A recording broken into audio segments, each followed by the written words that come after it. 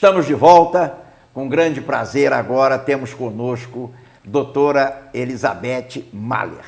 Elizabeth Mahler, além de tudo, é responsável por uma série de grandes felicidades acontecidas aqui na nossa cidade. Ela é juíza de paz. E, além disso, tem um cabedal enorme no seu currículo maravilhoso, principalmente dentro da história, que ela é uma historiadora, é uma colecionadora de tantas e tantas maravilhas da nossa história do Brasil e da nossa história, principalmente aqui de Petrópolis, que nós vamos ter o grande prazer de procurarmos dissecar um pouco. Boa tarde, Elizabeth. Boa tarde, é um prazer imenso estar aqui. Eu gostaria de agradecer pelo convite, tá? E espero a gente poder falar sobre coisas bastante interessantes acerca da minha profissão de juiz de paz e também de historiadora, que que eu abracei assim com muito carinho de 2009 para cá.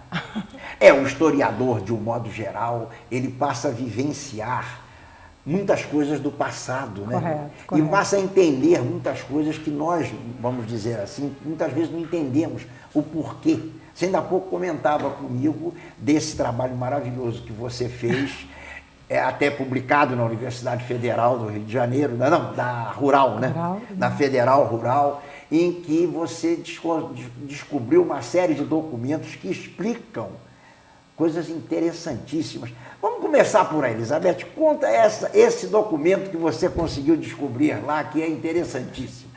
Correto. Eu sou responsável pelo arquivo da Catedral de São Pedro de Alcântara, né?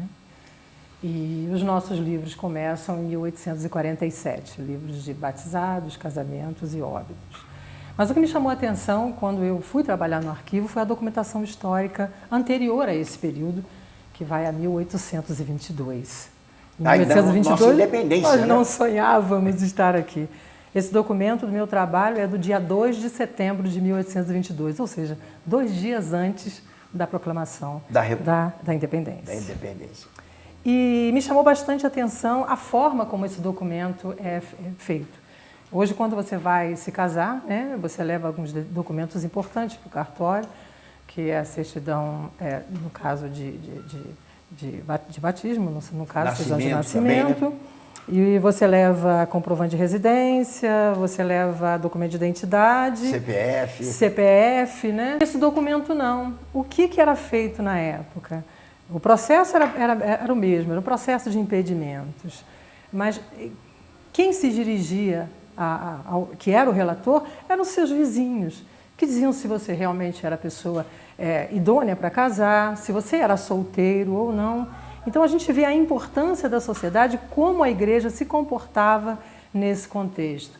Havia um tribunal eclesiástico, que até hoje existe, e que iria julgar mediante o relato dos noivos. Então o noivo ia até o tribunal e dizia ali. E é muito interessante esse documento, o corpo do documento, em que o rapaz diz que ele possui as posses para poder prover o sustento da família, que ele tem meia dúzia de galinhas, que ele tem um porco e uma terrinha, né?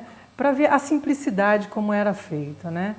E dali o processo seguia e havia uma decisão mesmo, né? Como todos os processos, para que se ele fosse apto ou não para se casar. E aí, dentro da Igreja Católica, alguns banhos e alguns trâmites normais, né? Como, por exemplo, você teria que assistir a um determinado número de missas, né? Rezar um certo número de Pai Nossos e Ave Marias. Quer dizer, isso é um documento extremamente importante, mesmo porque, nesse contexto, era a Igreja, né, que fazia o casamento, né? A Constituição então, você vê como a parte organizacional da sociedade dependia muito, naquela época, principalmente da Igreja. Da Igreja. Ali já não havia o juiz de paz, havia não, o na verdade, padre. A figura do juiz de paz ela sempre existiu, mas não nesse contexto de casamentos. Ele era aquela pessoa que era chamado para decidir algumas, entre aspas, pendengas, como a gente costumava dizer, né? Para apaziguar. Só depois da República, em 1890, é que o juiz de paz tem essa função de realmente realizar os casamentos, o casamento civil. Ô, Beth, uma coisa que sempre me trouxe uma certa dúvida, eu creio que muitos dos nossos queridos telespectadores também devem ter. O juiz de paz é só para casar? Ou o que faz mais o juiz de paz? O juiz de paz, ele tem a função para casar. Para casar. Né? A gente sabe que há algumas pessoas ligadas à própria área jurídica que querem mudar esse contexto para que a função de juiz de paz ela exerça dentro do cartório uma outra função, mas a função de juiz de paz é realmente realizar o casamento civil. A função dele específica é essa. Isso. Eu, aliás, tive o prazer muito grande de lidar com vários juízes de paz, principalmente no interior do estado. Até ainda há pouco falávamos com o procurador aqui. E na Teresópolis, Friburgo, nós tínhamos um senhorzinho muito amigo, que era o juiz de paz lá de Bom Sucesso de Teresópolis. Tinha o tio do Neném Vasti lá em Sapucaia, era outro juiz de paz. Entende? O grande juiz de paz aqui da cidade, talvez o nome mais conhecido, você deve ter lembrado dele, o Volney Aguiar. Isso. O professor Volney, que foi meu professor, inclusive foi ele que celebrou o meu casamento. Volney Aguiar era um símbolo, né? Uhum. E realmente é muito interessante, eu tenho achado muito importante na tua situação, na tua função, o teu conhecimento intelectual é muito importante para você transmitir para os nubentes aquilo que eles precisam de ouvir. Exatamente. A tua função é quase que de orientação, né? Isso. No caso, eu me propus a fazer um casamento diferenciado, né? Porque, na verdade, o juiz de paz tem que fazer uma pergunta, você vai ter que responder sim, né? De preferência sim. De preferência, né? De preferência sim, e única e tão somente. Mas nós agregamos, eu falo nós porque meu marido também é juiz de paz, né? Mas não da mesma comarca? Não, ele é de Itaipava. Na verdade, eu sou titular em Pedro do Rio e ele é titular em Itaipava. Ele é meu suplente em Pedro do Rio e eu sou suplente dele em Itaipava. Então, nós dois trabalhamos no mesmo cartório. Para que a cerimônia não fique uma cerimônia fria. Então, a nossa intenção é fazer parte daquele contexto, né? E aquele momento, para mim, é um momento muito especial. Porque, na maioria das vezes, é a única cerimônia que vai acontecer. Não vai haver na igreja ou no culto. Nada disso. Então, aquele momento é um momento especial. E aí a gente procura agregar àquele momento a experiência que a gente tem de vida, né? Ao longo desses 6 anos, as experiências foram assim maravilhosas e cada casamento tem uma identidade. Nós não conhecemos quem nós vamos casar, nós chegamos na hora e naquele momento a gente percebe o que deve passar para o casal, né? E na maioria das vezes eu acho assim muito interessante, né? Nós casamos desde a mais tenra idade como a mais, né? Já o pessoal da melhor idade, como eu lhe falei. Você me falava de um casamento de 80. Na verdade, essa foi uma experiência muito gratificante para mim, porque quando eu li, né, o documento, eu falei, meu Deus do céu, o noivo tem 80 e a noiva tem 78. Todos dois solteiros. Primeiro casamento. É uma grande responsabilidade. O que você vai falar, né? E eu achei tão bonito foi que eles se prepararam para o casamento, né? A noiva toda arrumadinha, de buquê. O noivo levou o par de alianças que foi da família dele, do pai e da mãe dele, né? Quer dizer, tem um valor sentimental fora do comum. E aquele carinho todo um com o outro. Quer dizer, para a gente ser feliz não tem idade, né? Tem tempo para você começar, não para terminar. Então, tanto um jovem que se casa como aquele de 80 anos, o significado é o mesmo, né? E eu achei muito interessante que os convidados tinham a mesma faixa etária. E depois a noiva foi jogar o buquê. E todas aquelas senhorinhas ali loucas para pegar o buquê, porque queriam casar também. Então, o que é isso para a gente? Isso é gratificante, né? Isso faz com que a gente entenda que a profissão da gente realmente é importante, que aquele momento é importante na vida deles, como também foi na minha.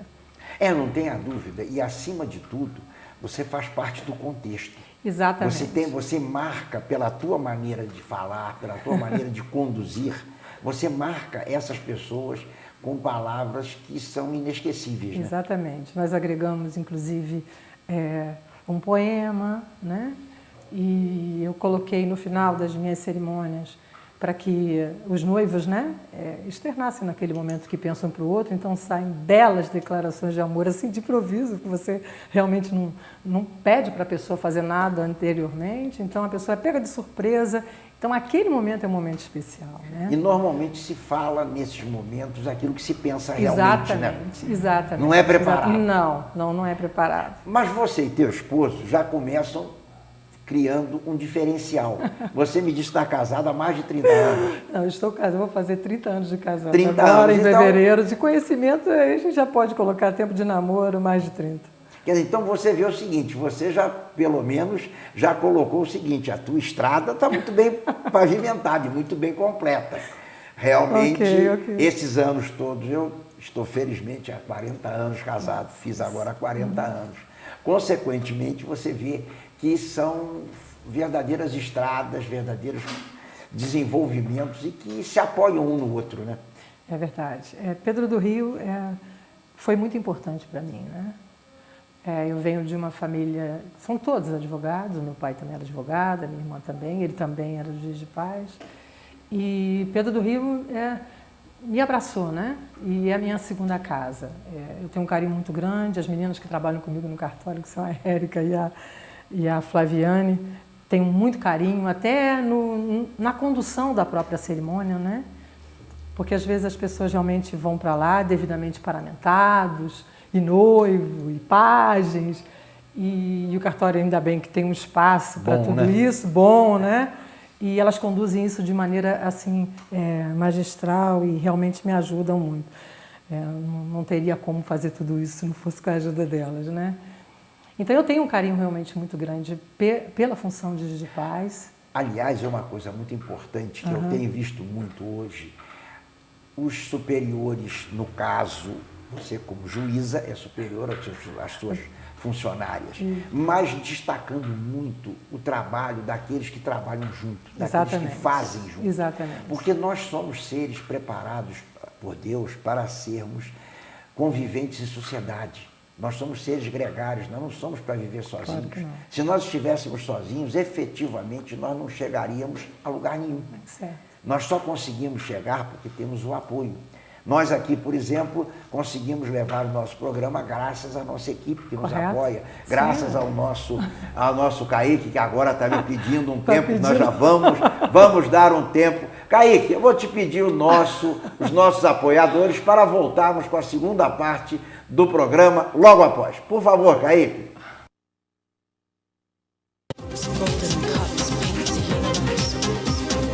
Her creation of stars.